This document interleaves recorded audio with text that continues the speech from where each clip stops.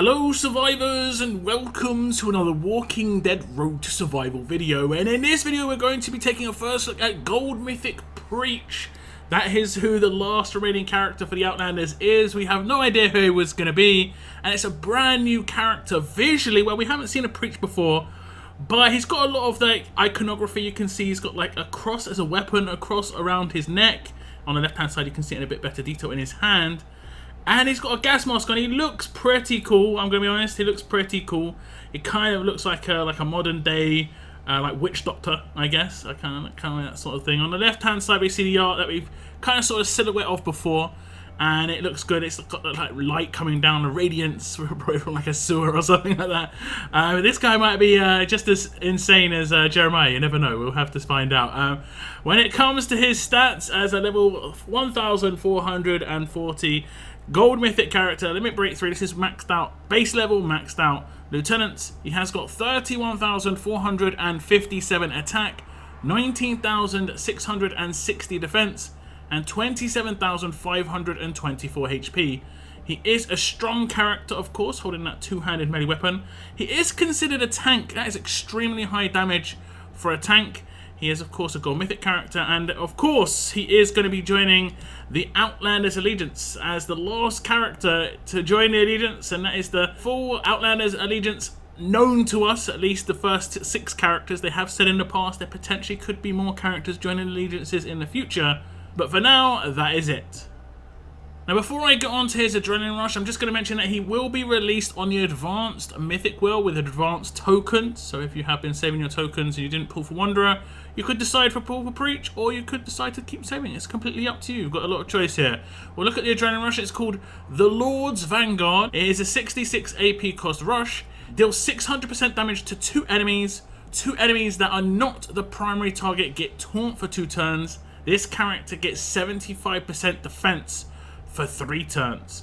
This is actually not too bad. 600% hit is going to be pretty hefty. His base attack is a lot, and this deals damage, so it isn't going to be able to get any bonuses if he was a damage dealer from agility, so he's not losing out by being a tank with this one. The fact that he's going to taunt 2 enemies for 2 turns is obviously great, because he's going to be, doing some pretty decent control on those defense teams. This character getting 75% defense, again, he's just going to boost it, but his defense is his lowest stat, so it isn't going to have that great like a boost, as much as it is a high multiplier, but it does mean he'll take less damage from those taunted hits, which is not necessarily a terrible thing. Okay, so we have got the Adrenaline Rush up of Preach here, but if you look at his buffs, he has got a slight attack buff. This is because of another part of his kit, namely his specialist skill. He was targeted a little bit for turn 1, so he's going to get quite a big bonus from this. So we're going to do the rush. It should do pretty decent damage. It will attack the target and one other random enemy. Now, of course, a character like Claudio does have a way to kind of block this. That he has the tenacity, so he's not going to be able to get one shot. So there are some ways to kind of combat this sort of huge damage. But if you did manage to take both of those characters down, the other, 3 characters that are alive, potentially, 2 of them are taunted. As you can see, Dr. Stevens and Garrett at the top left are both taunted. This is very nice, very reminiscent of some old school characters that were very powerful in their time. I'm talking about like OG 6-star Shiva, S-Class, Michonne, where they take down one and then other enemies will be confused.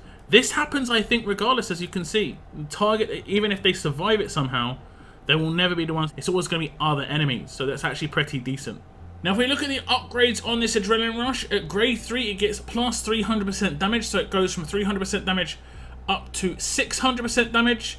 And then at grade 5, it gets an upgrade where this character gets 75% defense for 3 turns to self. Obviously, I didn't really draw attention to that in the battle, but those 2 taunted characters, when they attacked him, would just obviously do less damage because of that. Now at LB2, this is where it gets quite a big upgrade, where 2 enemies get taunt for 2 turns. Honestly, I'd say that's one of the more powerful parts of this, if not the most powerful part. He isn't necessarily going to be that, big damage dealer, although in certain circumstances he definitely can be, because as you saw, you can get some nice buffs. But that is always going to be the nice guarantee, getting the taunts in. Defense teams do kind of run taunt resist a little bit, but they have got also like Confuse and Stun to do it. So sometimes that can be pushed to the side and you can get away with it. Now, if you were to use Preach in a Outlanders Allegiance team, they are running different types of controls in there. They're running some stuns, they're running some crosshairs, they're running some trauma, and now they're running some taunt. Having varied amounts of control is actually really good. That means even if you are coming up against teams that are modded against one character in particular, other characters will have a better time of it. So I think this rush is pretty decent. In the right circumstances, it can be absolutely crazy though. We'll see how much potential this has if it gets buffed at all within the passives. But even if it doesn't, I think it's going to hit extremely hard, nice control, and the defense is just a nice little bonus on top. Now, Preach, of course, has a signature move, and it is called Tough Penance. It has got an initial cooldown of turn 1, cooldown of 2 turns, number of uses unlimited, daze 2 enemies for 2 turns, taunt 5 random tough enemies for 1 turn. This is going to be pretty much a counter to those Priya defense teams. Now, initially when I saw this, I was like, damn, this is absolutely crazy overpowered.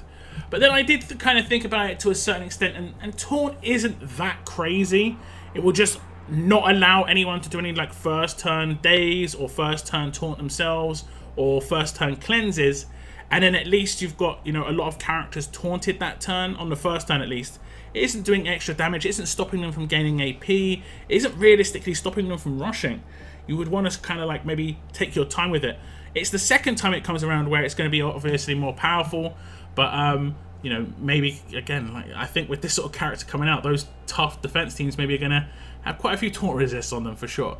The daze is nice though, that's nice no matter what. I don't think too many characters do go for daze resist, and that should happen on the characters you select. So the character you select should get the 2-turn daze, then another random enemy, and then it'll be all 5 effectively teammates. If they're blue, they'll just get taunted. Let's check it out. Okay, so here we are on turn 1, and I'm against a full tough defense team. It doesn't matter too much who those characters are. As long as they're all tough, I will taunt them all. It's 5 randoms. Now, the character I select, whoever it may be, will be the character that gets dazed, and it'll be one other random character. So select the character you actually want to try and daze.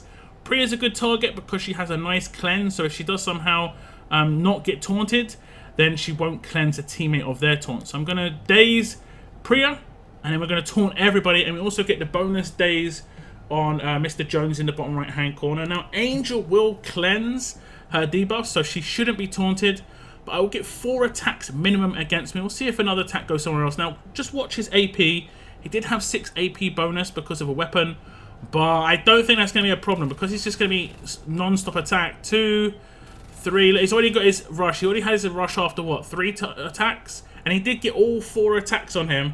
Oh, sorry, all 5 attacks. So this is the highest potential that it looks like that you're going to be able to get with this buff. Now, I'm not sure this could potentially stack with strong attacks, because other buffs do, like on a roll that does stack with strong attacks, but 437% attack on turn 2 and a natural rush. In the right circumstances, this is going to be absolutely crazy.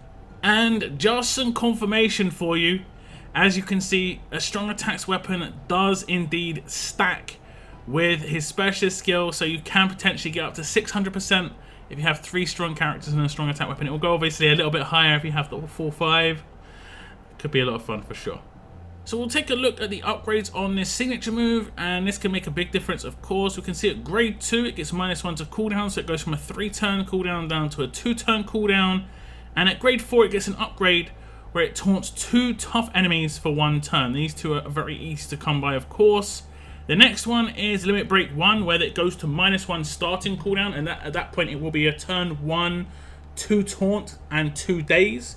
And then at LB 3, it goes up to 5 taunts. There's an extra 3 taunt targets once it gets to Limit Break 3. So if you do want to hit all of the characters, you have to obviously go to Limit Break 3. If you don't go to Limit Break 3, it will be 2 random tough enemies, and I don't think it will be based on who you select.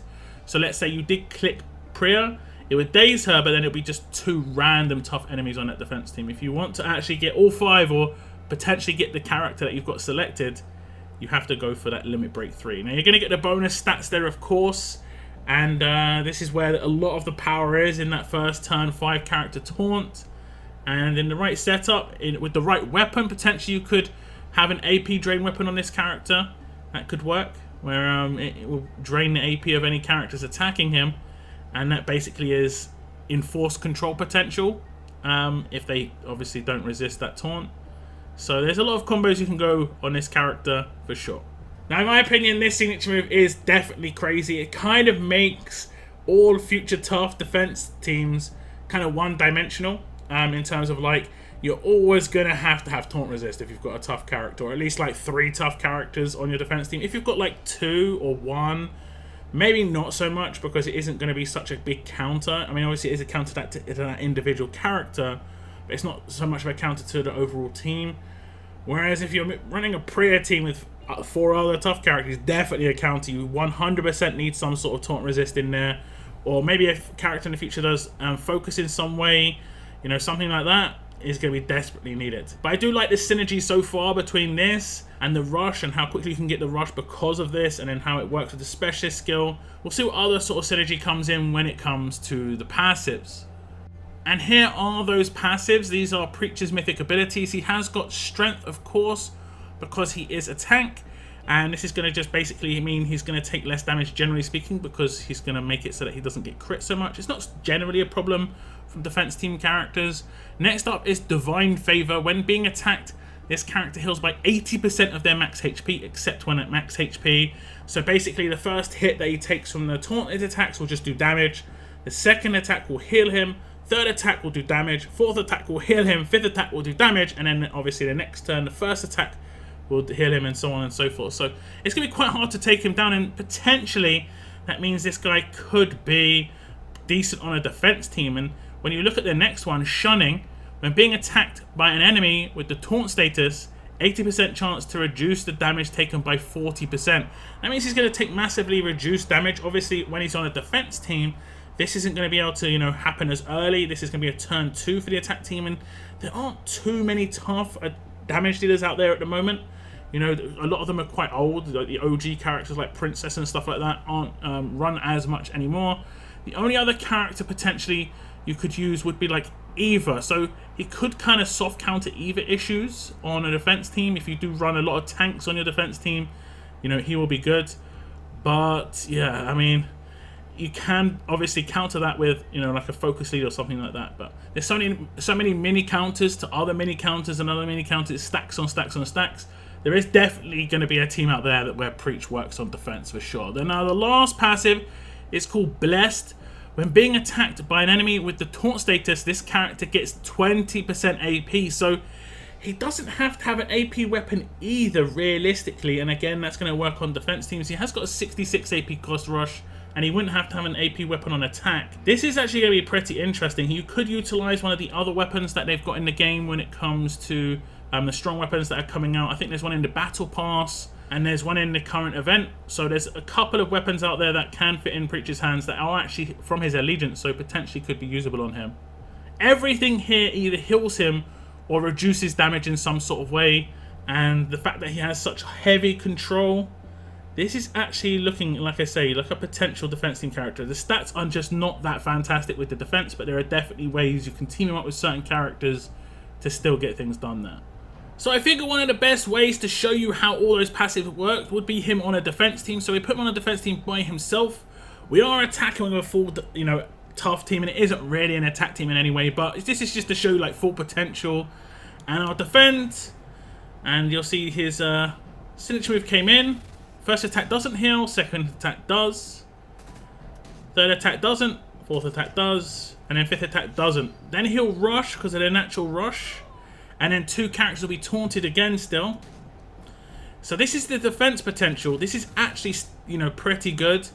And then if I just defend again, I don't think he does his signature move again now. I think he's got a 1-turn break, but he'll get another rush before I get to have a go. Let me just keep... This is actually pretty decent sequence.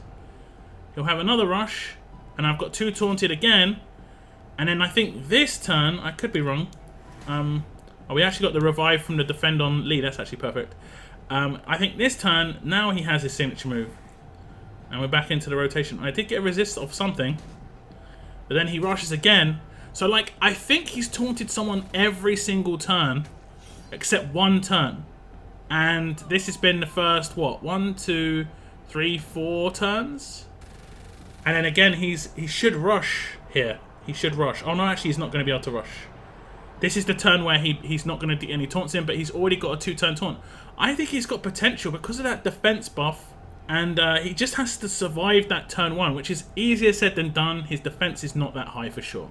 Now we'll go straight into the upgrades, and you can see at grade 1 he gets the first half of Divine Favor, and that is the first half in terms of getting the heals. At grade 2 he's going to get the first half of Strength for critical hit resistance. At grade 3 he gets the second half of Divine Favor, making it 80% heal every time he is hit, except when max HP. At grade 4 he gets 50% chance to reduce the damage taken by 40%. I think this acts like Graze. I'm not 100% certain if this will stack with combat mods. I'll have to double check that. I'll try and put that in my top comment if I can. Next up we have Bless, the first half of it. And this is nice because it doesn't give you like a 50% chance of it proccing. It's just going to give you 10% AP every time he is attacked. Very nice indeed. When they've got a taunt status anyway. And then when we go to the top, you can see LB1, critical hit resistance gets doubled up to 40%.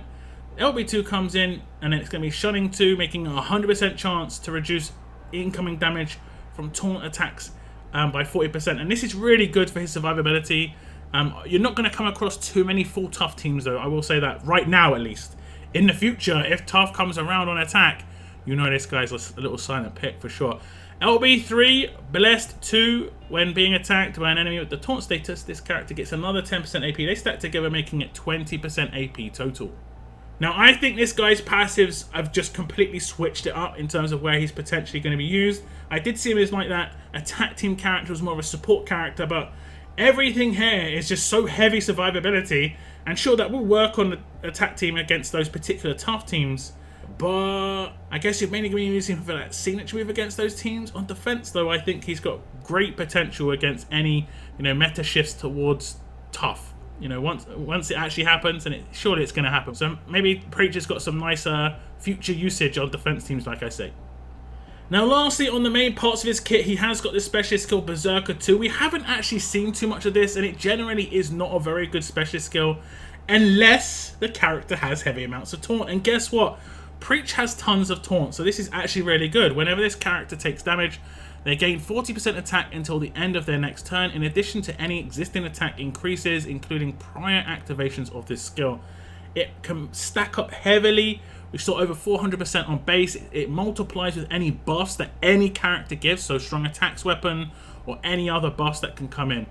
Really, really powerful potential in terms of the attack buff here. So again, if you did use him on a defense team, you don't have to give him any sort of offensive capability. 600% rush plus the Berserker procs, he's going to be hitting extremely hard.